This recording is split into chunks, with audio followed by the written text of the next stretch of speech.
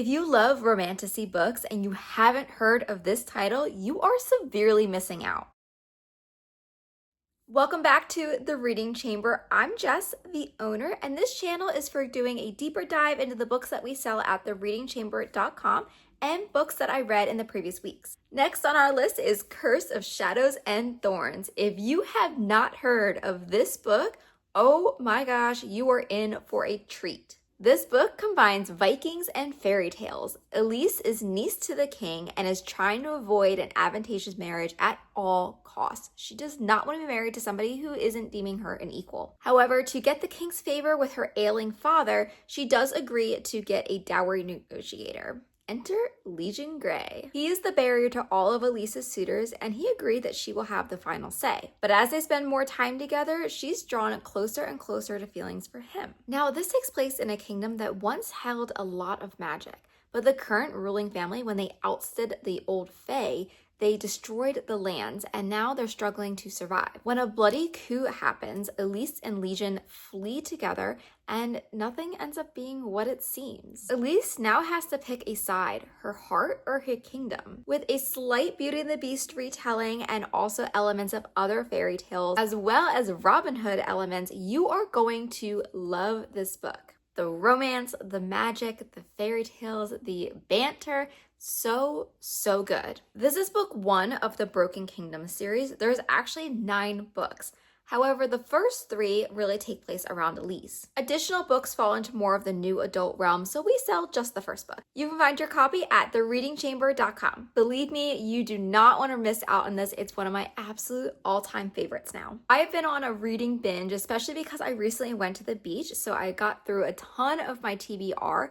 That means this next book is actually a book I read in May. We have Begin Again by Emma Lord. I happened to pick this up at the bookstore and I thought it sounded really cute because it's a freshman early college romance. This was almost a 5-star read for me. It ended up being a 4-star, and I'll go into that in a little bit. This book centers around Andy, who transfers to Blue Ridge State, which is where her parents met. Her mom, who's passed away, founded the radio show as The Squire. The Squire is an anonymous personality, and they help organize the different ribbon contests that freshmen can participate in. Andy desperately wants to get all the ribbons possible because she really wants to know what organization her mother belonged to. And the only way to do that is by getting ribbons herself. I really loved Andy's relationship with her roommate Shay. I thought that opened so many doors for Andy coming out of her shell a little bit and not focusing so much on the ribbons. Reading the synopsis of this book, I wasn't sure how I'd feel about Andy and her RA Milo because Andy has a boyfriend. However, the book played out really nicely, so that was not a concern. There were 3 things that made this book a 4-star read instead of 5-star.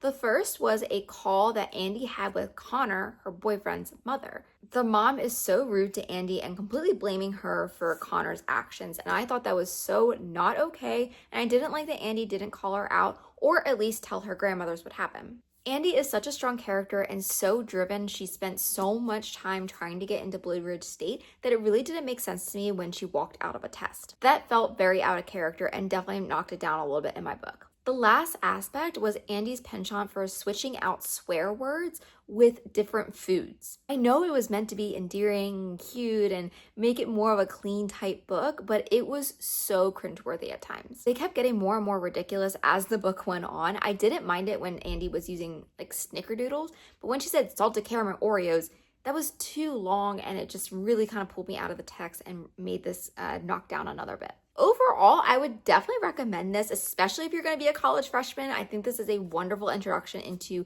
a good college life balance. And I really enjoyed Milo and Andy's story. As a reminder, you can get Curse of Shadows and Thorns at thereadingchamber.com. Make sure you like and subscribe for more YA book recommendations. Thanks for watching.